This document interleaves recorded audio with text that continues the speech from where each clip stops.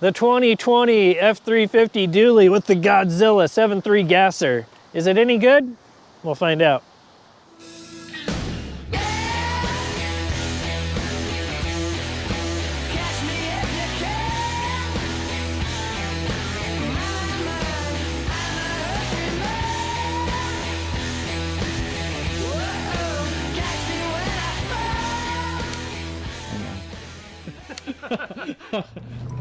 Oh, this road is tore up right here. Tore up. Welcome back into the Dirt Head Shed. This week we're doing a long-term review on my 2020 Ford F-350. This is a dually, it's four-wheel drive, it's got the 7.3 liter gas engine and the 10-speed automatic. This truck is amazing and I want to talk to you guys, let you know how I'm liking it, what I've done to it, how it's treated me. I've had the thing for 5 years now, and I've got 43,000 miles on it. By the time we're done with this trip, it'll probably have close to 47,000 miles on it. Maybe not that many, but it's getting up there, man. Give me a break. Coming over. Oh, look at those mirrors, those are nice. This one should be pretty fun. I hope you dig it. A lot of people ask about this truck, so I figured I might as well just do a legit review of it. I guess I ought to start with why I bought this thing and when and how. I had a Class C motorhome before this. It was a 91 Ford, and it was a E350 with a 460 in it, and I think a 4-speed automatic. It did have the E4OD in it. I had that motorhome, and that was sort of my camping rig, and then I also had a 2005 Ram 2500 with a Cummins in it. That also had a 4 or 5-speed automatic in it. I think it was a 5-speed auto in that. That Cummins pickup was great, but it wasn't everything that I was hoping for. It didn't have very good brakes. In fact, I smoked them on a Dirt Everyday episode towing my FJ55 Land Cruiser. It didn't get great gas mileage, fuel mileage. It did a little better than this, but it was only like, I don't know, 16 at best in that truck. I could have tuned it, I could have thrown money hand over fist at it, but I just really didn't want to. I wanted a little bit newer truck, a lot newer truck. And basically what I did was I sold the Cummins truck to help pay for this. I traded that thing in at CarMax actually and got 16 grand for it or 15 grand. It was pretty good. I drove that truck for like 2.5 years and I didn't lose a dime on it, which was amazing. And then I sold my motorhome, and with that money there, basically I bought a slide-in truck camper, a big one, and I bought this truck. I went into the Ford dealer because I knew I wanted a 10-speed automatic. I was tired of the 5-speed, and I had driven these 10-speed trucks before, and I knew like that was where it's at. I'm a firm believer that these 10 speeds are great transmissions. I've been around them quite a bit. Yes, you'll hear people talk smack about them on the internet and in the comments, but I've been around a half dozen of these trucks that we use for work and this one that I own, and never seen a problem with them. I think they're great. So let's get back to how I bought this. I went to the Ford dealer back in 2020. I was like, I really wanted to just walk in, buy a crew cab, long bed pickup, and I wanted this 7.3 gas engine because it was the hot new thing, and I was like, it's a pushrod V8. Like, they went back away from the mod motor. I felt like this thing was going to be great. I had talked with a couple engineers at Ford, and they were like, no, that's like a commercial grade engine. That thing is going to go into ambulances and motorhomes, and it's, got a 30-year life expectancy with Ford. So I was under the impression that this 7.3 was going to be like this overbuilt industrial grade engine that was being put into light duty pickups like this one here. And that's sort of the key to have a long-term truck, is to basically like get something that may not have so much power that it's like breaking parts, but has the quality that it's gonna last a long time. And that's what I bought into when I was going in for this 7.3 gas engine. I went to the dealership. There was a crew cab long bed F-250 single wheel, 4-wheel drive with a snowplow package on it.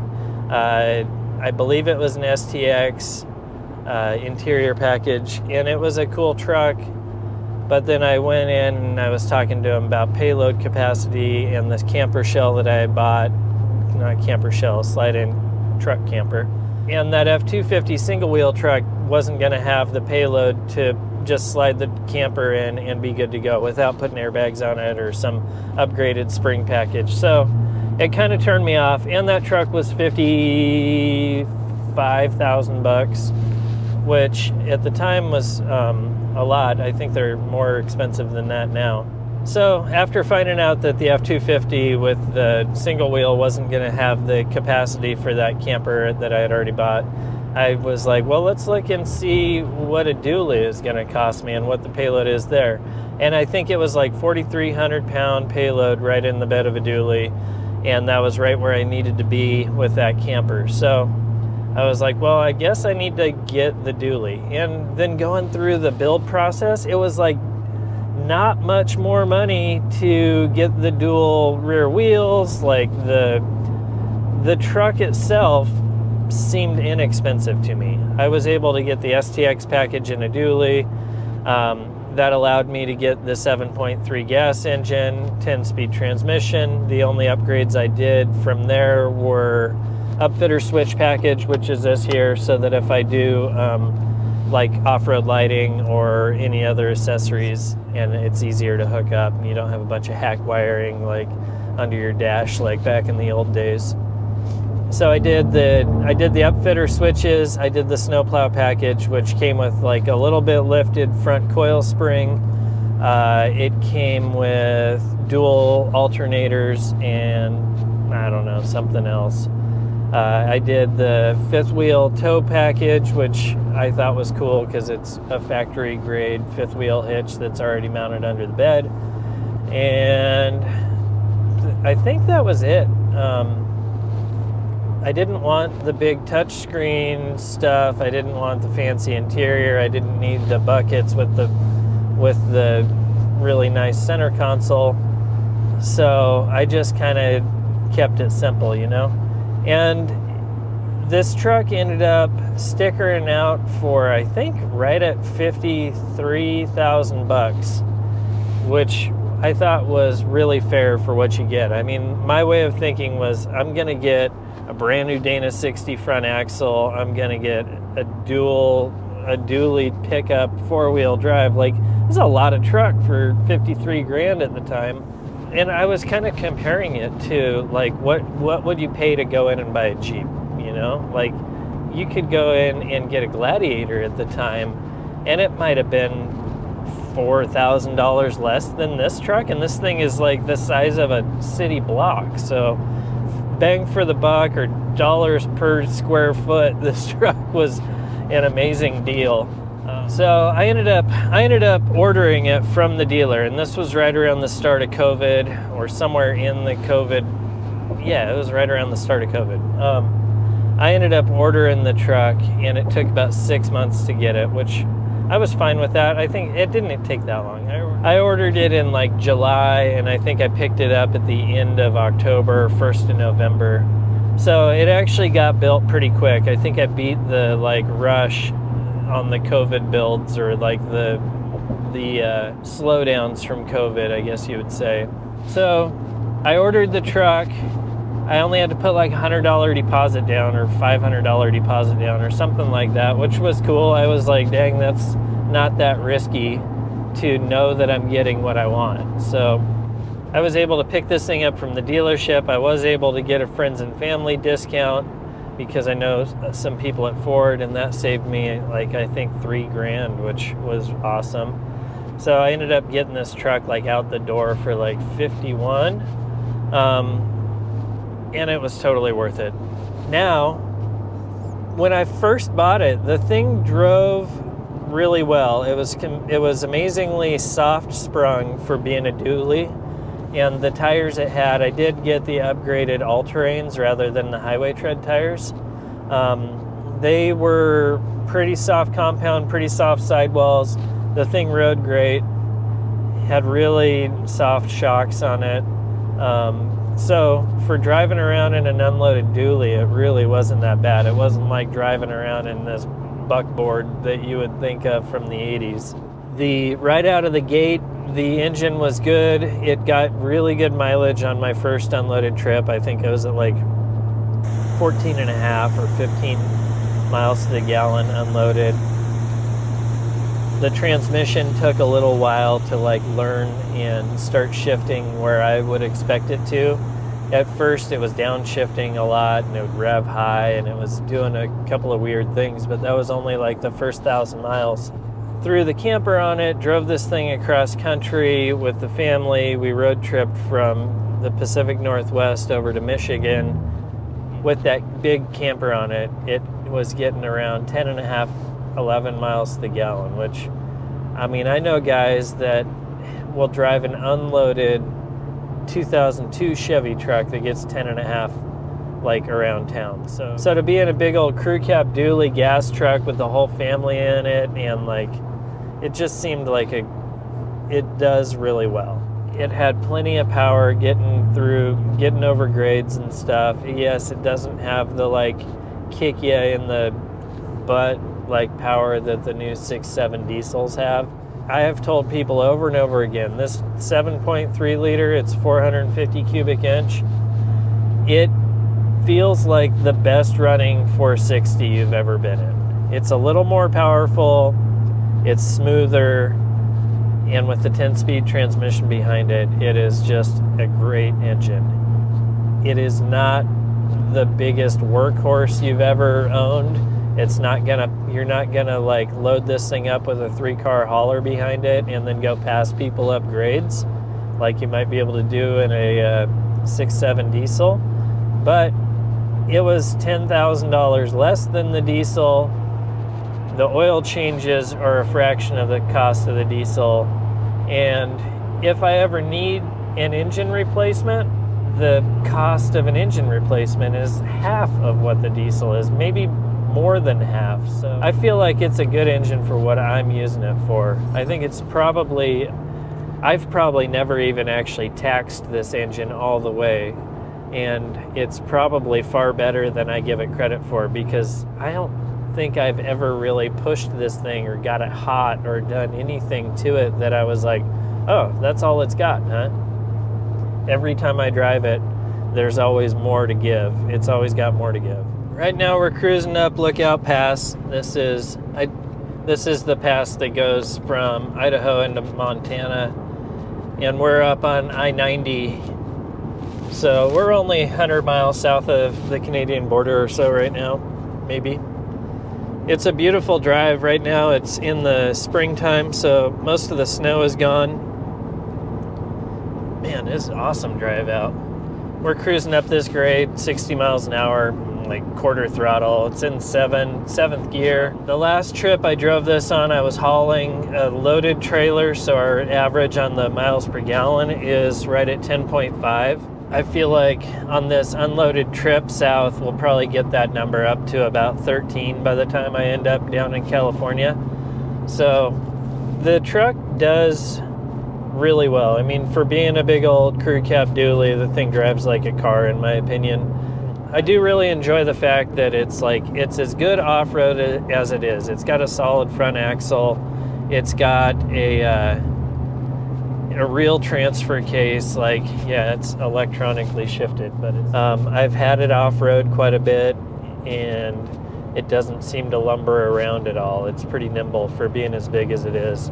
Part of that's probably due to the fact that it's got an aluminum cab, in bed. It's not that heavy for what it is, and the on-road manners kind of mimic that as well. It rides good. I mean, I'm cruising over these like stutter bumps in the road, and it's not jarring my teeth or anything. It's not rattly. It's nice and quiet. It's a good rig. Let's get a shot of this Lookout Pass. We're almost to it. It's a little bit overcast. It looks like they're still getting some fresh snow up in the mountains here. That looks pretty fresh to me when it sticks to the trees. I love driving and checking other Super Duties to see if they are missing the 6.7 badge on the door. And it's pretty rare. I still think I might have one of the only crew cab dually four-wheel drive gas Fords. Yeah, there we go. We made it to Montana.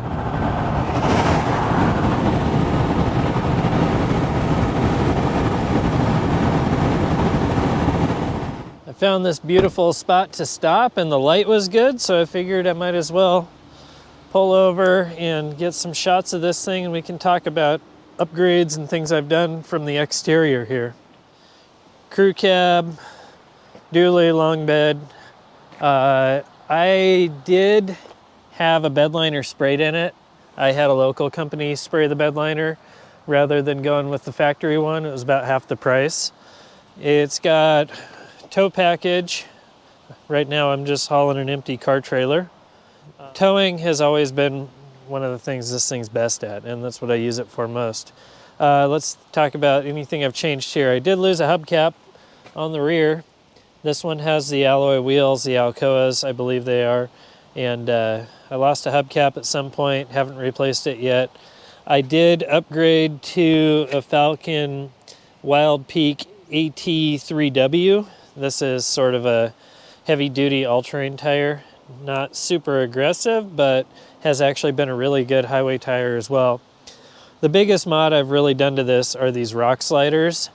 They are handmade 1 3/4 120 mild steel tubing, and they're actually welded to the frame in multiple spots. Let's see if we can get a shot there. Back here I have a little gusset that I welded in with a hole in it, and that's actually for a camper tie down. So the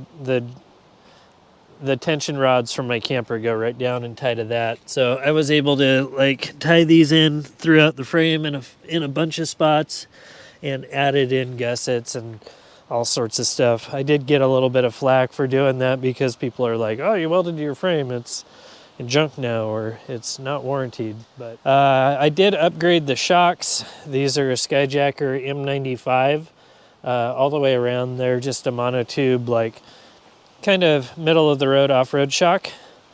Nothing has been updated on the suspension other than just the shocks. I have gone through and fluid filmed the frame a couple of times. Fluid film is like a lanolin based rust preventative spray. It's basically like spraying oil on the frame, and that has actually worked out pretty well. I drive a lot in the wintertime, and Idaho and Montana does a lot of road salt, and this thing is like hanging in there really well.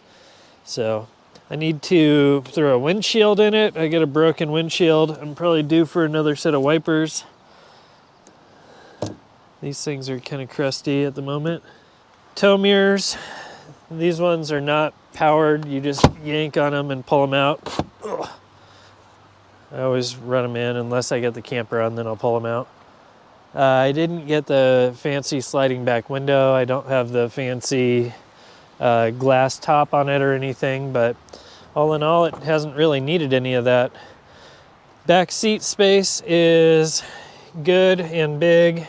Like, there's so much room in here. When I get the kids back here and we're on a road trip, it's huge feeling, actually. I have slept in here a few times on road trips because sometimes you don't want to pay for a hotel room, and I've actually gotten a few good nights of sleep back there. A few that weren't so great because you're kind of crammed in there, but that's how it is sleeping in a truck. What else? Oh, one of the only things I've ever had wrong with this. I have had a water leak from the clearance lights. It didn't ruin the headliner or anything, but I did get a little bit of water out of the sunglass holder up there. So let's talk about things that have gone wrong on this truck. I have never had it to the dealership. I do have a couple of like recall notices for this, and I think one of them, I don't recall what it is. I think I called and they were like, no, you got those notices, but this one didn't actually qualify for it. So it's like I have like one recall that I need to do, and it's really no big deal. There have been a few of these trucks that have recalled for loose windshield wipers. This one I thought needed it, but that didn't. They said it didn't end up needing it for some reason. A couple of seatbelt ones and oil pump one for ramping up oil pressure if you idle a lot. But this one, I haven't actually had to have it to the dealer really for service at all. I do my own oil changes on it. I rotate the tires, and when I need the transmission service it, I'll do that too. It's been pretty simple. I can go and buy like a $7 oil filter and put good oil in this thing, and I change the oil about every 3,500 or 4,000 miles, and no issues yet. I guess before we hit the road, I should at least pop the hood and show the engine, because it seems like that's really what this whole review is about, if this engine's good or not. Under the hood, I've washed it a handful of times. I changed the oil a bunch of times. I'm about due for batteries. 5 years on stock batteries is going pretty good. I've got a little bit of corrosion from electrolysis between the terminals, but not bad. I don't think my cables are corroding yet at all, but definitely going to end up needing to repaint those hold down brackets. Dual alternators looking good. Probably need to do a under hood wash on this thing again. Hang on, I'm fighting with the cover. I'm probably due for another under hood wash. Got a little bit of corrosion on the dual alternators, but that's probably just really from driving crummy roads in the winter. 7.3 fits in there good. It fits in there well. You can actually see the engine. There's things you can like work on. The cooling package on this is part of the reason why I was stoked about it. On one of the diesel trucks, the radiator's giant, then you got an intercooler, and you got this cooling package that goes from the grill all the way back. This one, it just seems so much more simple. The radiator is still absolutely gigantic. I've never had this truck get warm whatsoever, but like everything in here is just simple. There's like transmission cooler and AC condenser and stuff, but it doesn't seem overwhelming when you open the hood on it. I think one of the main concerns I had on this was that it was an aluminum bodied truck, and that just kind of weirds me out. But it hasn't been a problem. It hasn't had any sort of body damage or paint flaking or anything because of it. I do have a little ding in the hood over here from a branch falling on it in my backyard. I've kind of taken it pretty easy on this truck. I don't like throw things in the bed and punch holes in it like I've seen a few people do. And the reason I did these rock sliders is really so that if I'm like in a campground or something and I get up too close to a stump or a rock trying to like pull in at night, that I don't just like cave a door in. They serve double duty, triple duty as a step to get in protection so that I don't tear up that aluminum body and camper hold down. So it's all good and it's working out well. All right, let's make some miles. This part right here is like my favorite little stop on one of these drives. You can see what a rad area this is. So cool. So cool. I think what it comes down to is just go enjoy your truck, not necessarily having to have the best or baddest truck out there in the world. This one's pretty good though. I'm super stoked that I bought it. I did do exhaust on it. I like kind of made my own, cut the muffler out and resonator out and upgraded those, but I kept the stock piping.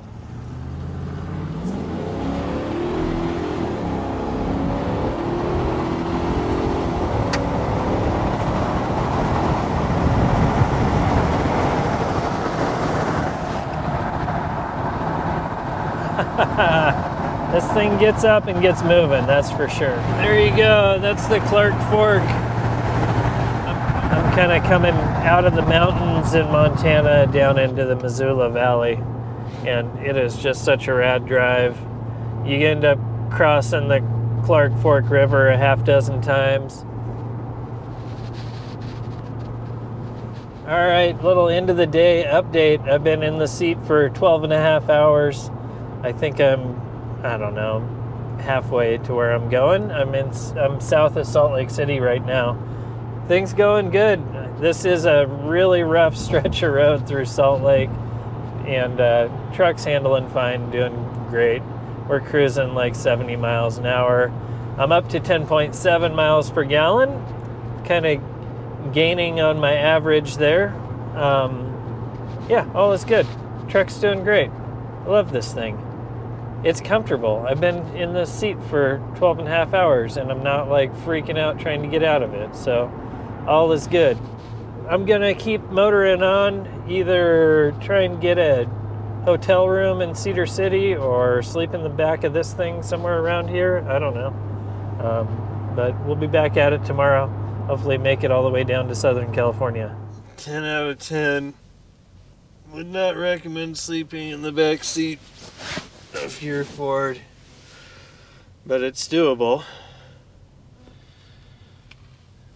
Usually you're cramped up like this or cramped up like this, but it's better than sleeping in the front seat. Ugh. All right.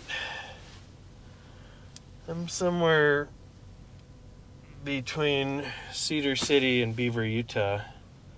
I gotta get on the road. I slept in longer than I expected to. I think it's, let me see, it's almost 7. I gotta go. All right, let's go find some coffee and gas. Let's get to California. I gotta go help my buddy Mark with his rock crawler project and stop and see my folks for a couple days. So that's really what we're doing here, is heading down south to help a buddy out. He helps me on projects in my shop all the time, and I kind of feel like I need to get down there and help him out. A Ford truck with a 7.3 Godzilla motor is faster than cows. A Ford truck with a Godzilla engine gets you down straight highways next to beautiful mountains. A dually Ford pickup will get you into Arizona for a short time. The solid axles front and rear are great for windy mountain roads.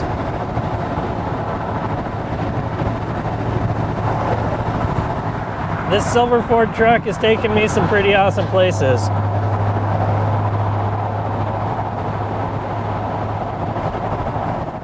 I've got to stop by and sandwiches on ciabatta bread. Not only does the bread have like no flavor, somehow it takes the flavor out of all the meats and cheeses too. It's kind of gross. Gross. Needs mustard. The 10-speed automatic and the disc brakes are great for when you're coming into Vegas and traffic comes to a halt. Oh, there it is. I don't plan on getting rid of this anytime soon, so maybe we'll circle back in a couple of years and see how the truck's doing.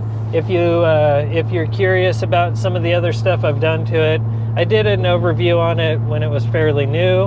A couple of years ago on my channel, and then I also did a dyno session when I did the exhaust on it, and that was just replacing a resonator and a muffler, and I gained like 30 horsepower or something, which was pretty wild. So I think that's it for this Dirthead Shed. Hope you dig it. Let me know in the comments if you think this truck is junk or good, or if I got ripped off or not. I think it's cool. We'll see you guys next time.